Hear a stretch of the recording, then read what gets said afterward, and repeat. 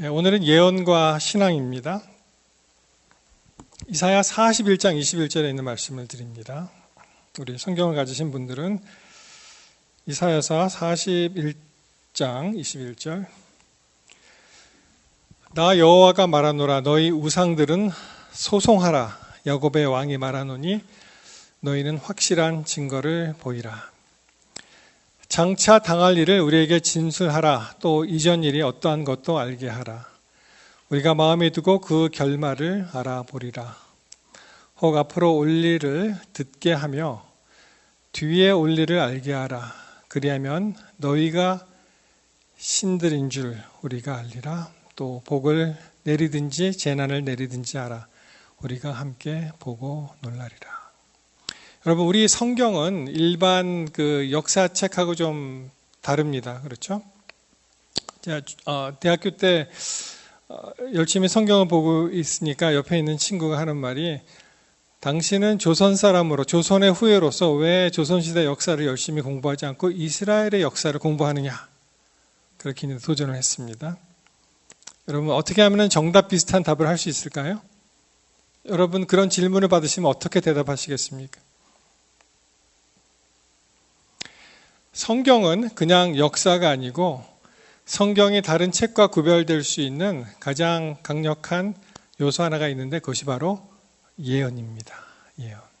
그렇기 때문에 우리는 인류 역사를 공부하면서 앞으로 일어날 일도 함께 우리가 알아볼 수 있도록 그렇게 이해를 하고 있습니다. 그렇죠? 지금 이제 교황이 새로 선출이 됐다고 해서 이제 난리인데요.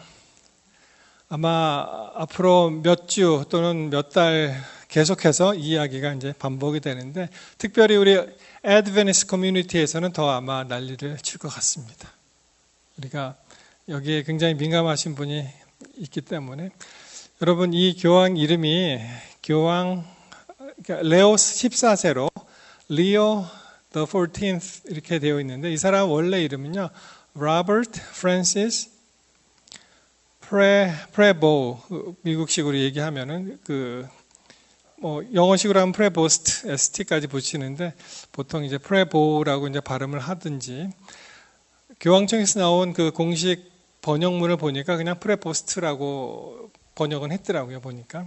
그래서 이분이 아시는 대로 69세입니다. 1955년에 태어나셨고 시카고 출신입니다. 그래서 여러분, 미국이 어떤 나라입니까? 사실은 교황이 싫어서 다 나온 사람들이잖아요.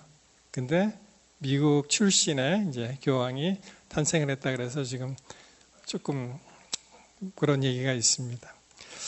이 아버지는 프랑스계고요.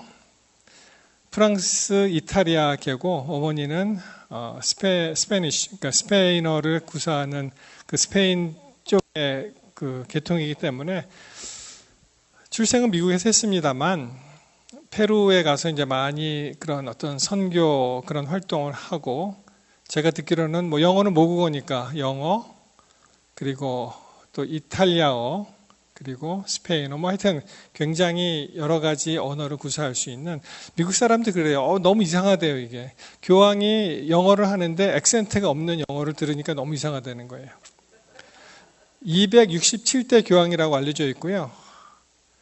미국 사람은 미국이 1770년 이후니까 하여튼 미국 출신 교황은 이제 처음이라고 그렇게 얘기를 합니다. 여러분, 오늘 자극적인 얘기를 좀 듣고 싶죠? 막 이렇게 예언이 이렇게 성취가 된다, 그런 얘기를 듣고 싶지 않으세요? 많은 사람들이 이제 그런 걸 원하시는 것 같은데, 여러분, 베드로가 초대 교황입니까? 그들이 가톨릭에서 얘기할 때는 베드로가 초대 교황이다 그렇게 얘기를 해요. 여러분, 어떻게 배우셨어요? 베드로가 초대 교황 맞습니까? 자, 마태 16장 18절에 보시면 또 내가 내게 이르노니, 이 가톨릭에서 주장하는 초대 교황이라는 것을 여기서 이제 근거를 대는데, 너는 베드로라. 이게 누가 말씀하시는 거세요? 예수님이 너는 베드로라. 내가 이 반석 위에 내 교회를 세우리니 음부의 권세가 이기지 못하리라. 그래서 가톨릭에서는 이제 멋있게 포장을 하면서 뭐라고 얘기합니까? 봐라, 예수님이 직접 이 반석 위에 베드로를 세우고 우리가 계속 내려와서 우리가 267대가 되어 있다. 그렇게 이제 얘기를 합니다. 근데 여러분 과연 그럴까요? 이 구절을 보면은 뭐 어떻게 보면은 이제 그럴듯하게 그렇게 보이죠. 그런데 여기에 보시면 너는 베드로라 할 때 이 페트로스 그리고 내가 이 반석할 때 페트라 이게 완전히 다른 그런 의미가 있죠. 정리를 하면 이렇습니다. 베드로와 반석은 원어로는 페트로스 그리고 페트라 되어 있는데 이 베드로라는 의미는 그 뭐 바위 뭐 큰 그런 것보다는 이제 바위에서 떨어져 나온 조각 그런 돌멩이라는 뜻이 강하고요. 그리고 이 반석은 페트라 반석은 반석입니다. 그리고 문법적으로 보았을 때 베드로라고 얘기했을 때는 이게 고유명사죠. 주격이고 남성입니다. 그렇지만 페트라는 이게 역격이에요. 그리고 이것이 여성 명사이기 때문에 이 반석 위에 세운다는 것은 사실상 베드로의 위에 세운다는 말씀은 아니죠. 완전히 다른 해석입니다. 요약을 해보면 이렇습니다. 반석에 대한 해석인데요. 이게 가톨릭하고 기독교가 좀 많이 생각을 다르게 하는데 가톨릭에서는 이 반석이 베드로라고 생각을 하죠. 그러나 기독교에서는 이것을 이제 신앙 고백으로 생각합니다. 그 위에 보시면은 그 소세리아 필리파이 가이사라 빌립보에서 예수님이 이제 물어보시죠. 사람들이 나를 누구라 하느냐 이렇게 물어보시고 그리고 이제 여러 대답이 나왔을 때 그렇다면 너희는 나를 누구라고 하느냐 했을 때 누가 정답을 얘기했죠? 베드로가 주는 그리스도시요 살아계신 하나님의 아들이라 정답을 얘기했어요. 그래서 이 반석이라는 것이 그러한 신앙 고백이라고 이 기독교에서는 생각을 합니다. 특별히 우리 재림교에서는 반석은 누굽니까? 예수 그리스도죠. 고린도전서 10장 4절에 다 같은 신령한 음료를 마셨으니 이는 그들을 따르는 신령한 반석으로부터 마셨음에 그 반석은 곧 그리스도시라. 그래서 반석은 그리스도입니다. 그리스도 위에 교회가 세워졌다는 것을 알 수가 있습니다. 자, 여러분 우리가 미국 출신 교황 출연에 마음의 준비가 되셨습니까? 최초의 미국인 교황이 이제 나왔다고 굉장히 매스 미디어에서 이제 많은 얘기를 하는데요.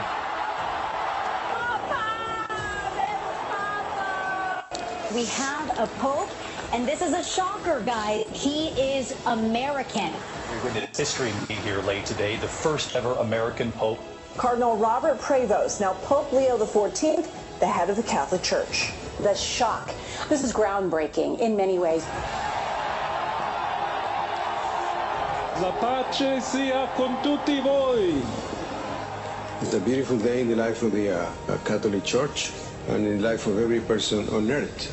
How are you today, Phil? Overjoyed. It's wonderful. Just totally overjoyed. We're floating. It was just kind of flabbergasting, honestly. I've known him for a little while, a man of great intelligence. A lot of us were saying, myself included, they'll never elect an American pope. Well, they did. 자, 여러분, 그 미국의 기독교 인구가 이제 계속 감소가 되는데 지금 약간 둔화가 되어 있다고 이 퓨 리서치 센터에서 이야기를 합니다. 그래서 2000년대 초반에 한 78% 정도. 그러니까 한국시로 얘기하면은 당신의 종교가 뭡니까? 그러면 우리는 전통적으로 종교가 뭐였어요? 불교라고 합니다. 절에 다니든 안 다니든. 그러니까 미국 사람들도 당신의 종교가 무엇이냐?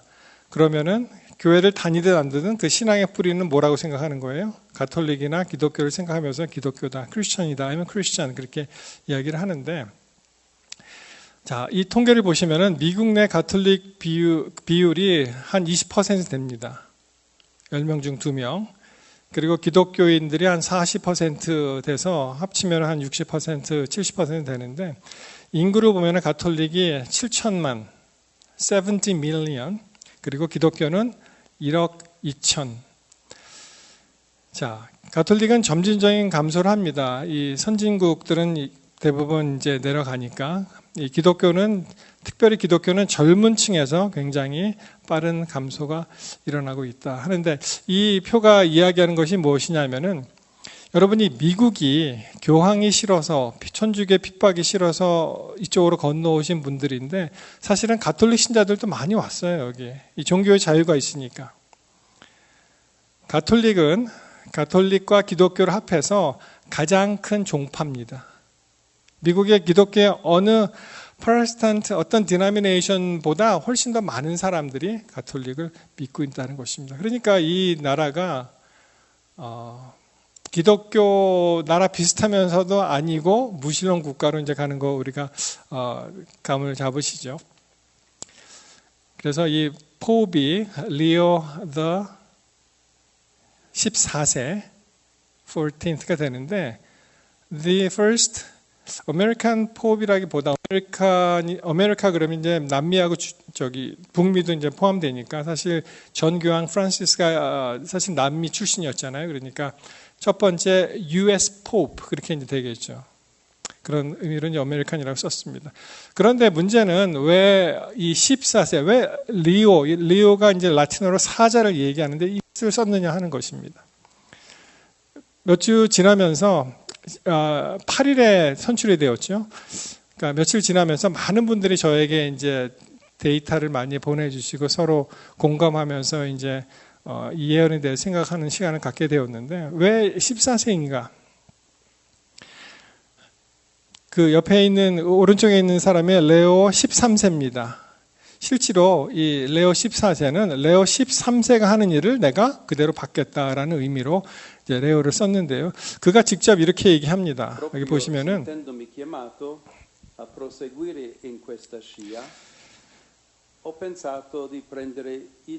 내가 레오 14세 이름을 땄는데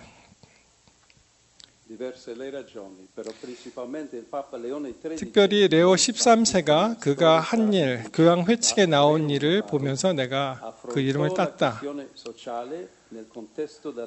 그 당시에는 그 First Revolution, 그 Industrial Revolution이 있었어요. 1차 산업혁명.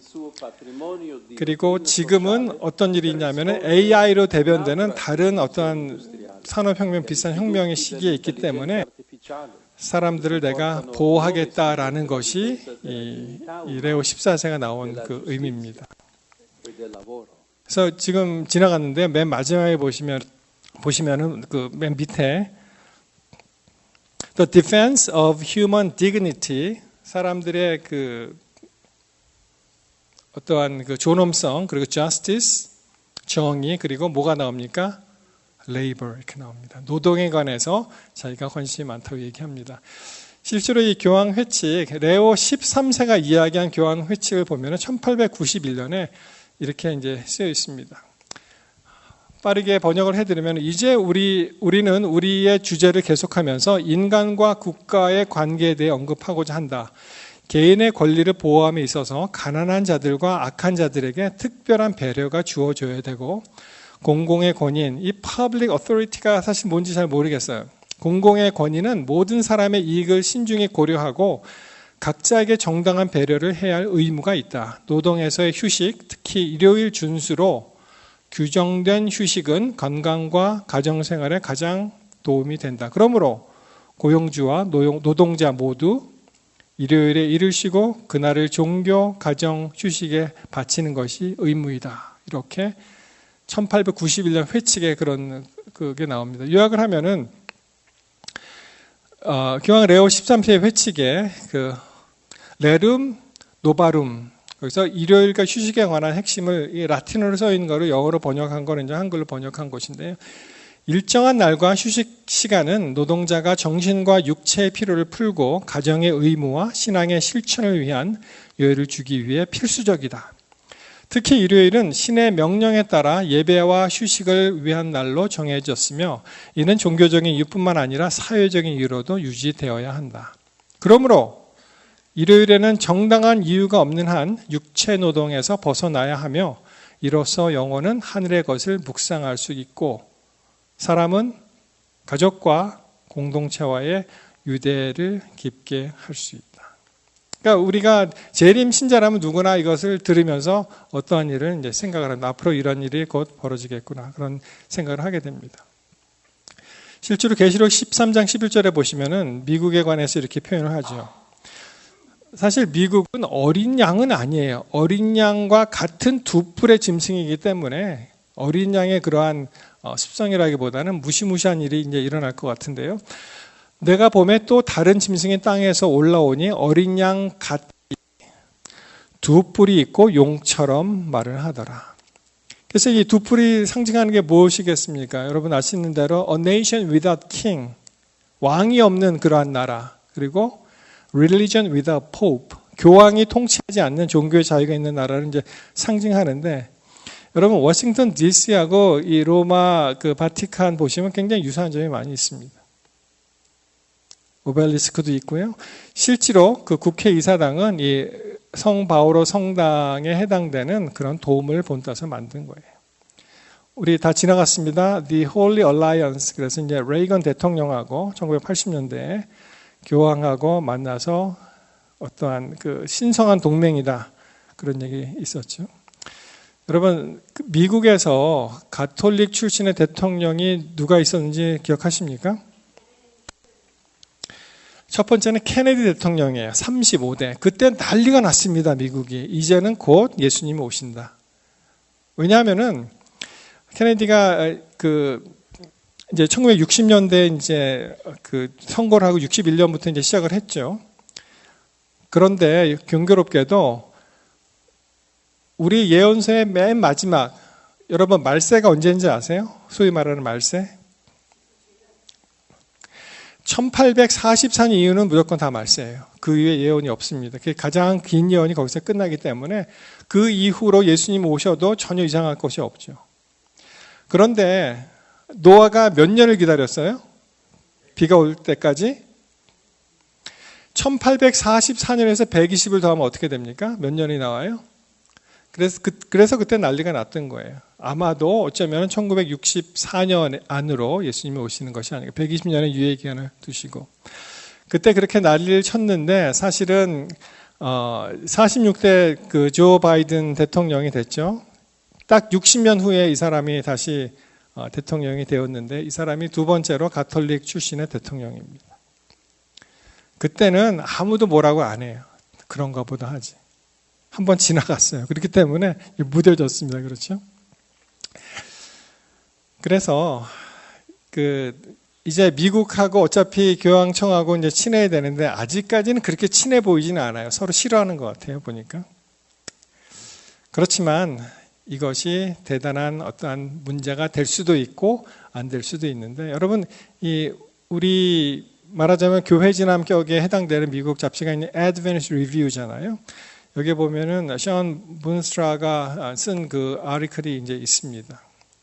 An American Pope, is this it? 이거야? 그러면서 이제 썼는데요. 요약을 하면 이렇습니다. Certainly pay attention to the times, but never prioritize prophetic speculation over the work we've been given to do. 그래서 물론 시대 징조에 주의를 기울이고 우리가 받은 사명의 예언적 추측보다 기울이지만 우리가 받은 사명을 예언적 추측보다는 앞세우지 말라 그런 얘기가 있습니다. 여러분 그 제스민 혁명 아시죠? 한 10여 년 됐지요. 아랍의 봄이라 그래서 이제 난리가 났습니다. 이제는 곧 이슬람이 무너지고 예수님 오신다. 그러나 지금 생각해 보면은 그러한 운동이 지금 다 어디 갔어요? 그냥 묻혔습니다. 아무도 관심이 없어요. 그렇게 주장했던 사람들이 다 어디 있습니까? 지금 없습니다. 뭐 하고 있는지 몰라요. 우리 재림교회 역사를 보셔도 이 오른쪽에 있는 책이 Daniel and the Revelation, 이게 유라야 스미스가 지은 책이에요. 제가 갖고 있는 가장 오래된 책입니다. 앤드루스 대학교에서 저거를 팔아서 얼른 샀어요. 100년 넘었습니다. 굉장히 예뻐요. 이 옛날 책을 보면은 지금은 하드 카피에 이렇게 옆으로 보면은 표지 말고 그 옆으로 보면은 그냥 하얗잖아요. 이 책은 막 이렇게 채색을 해놨어요. 굉장히 예쁘게 해놨습니다. 그런데 여기에 보면은 굉장히 이상하게 해석을 했습니다. 왜냐하면은 그 당시에 북방왕과 남방왕 얘기를 하면서 당시에 그 오토만 터키, 그 오토만 터키가 이집트를 침략을 하고 영화로운 땅을 점령할 것이다. 그렇게 막 써 있는 거예요. 지금 보면 굉장히 우습죠. 여러분 예언이라는 것은 많은 경우에 예언이 다 지나간 다음에 예언이 성취가 된 다음에 깨달을 수가 있는 것입니다. 지금 이 상태에서 막 예언이 일어나는 거 우리 눈앞에서 뭐가 보이는 것 같죠? 그러면 굉장히 흥분하고 그리고 흥미진진하죠. 그래서 예언 해석은 그렇게 하는 것이 아닙니다. 많은 경우에 있어서 우리가 깨달을 수 있는 것은 그러한 것이 다 끝난 다음에야 이렇게 예언이 성취되었구나라고 나중에 알 수 있습니다. 여러분 전에 저희 아이가 그 LA 쪽에서 학교를 다녔기 때문에 졸업식쯤에서 이제 한 남가주 한 교회를 방문하게 되었습니다.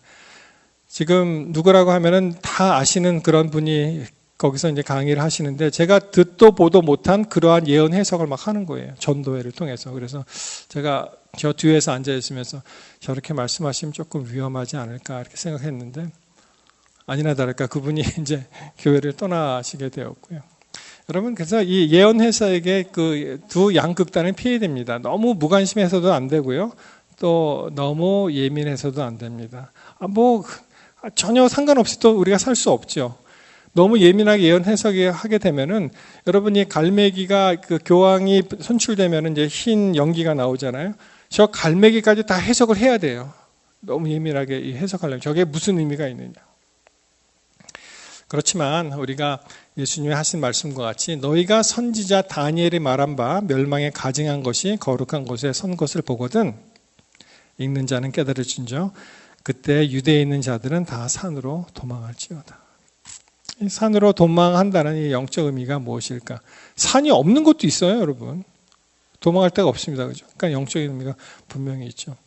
심리학에서 이것은 무엇이라고 얘기하냐면은 이게 1981년에 나온 그런 티오리인데요. 이게 two-string problem이라는 것이 있습니다. 지금 한 학생이 서 있는데요. 양쪽의 줄을 서로 연결하는 것이 이제 미션입니다. 근데 다 이미 계획을 해놨기 때문에 도저히 서로 엮어서 이것을 연결할 수가 없는 거예요.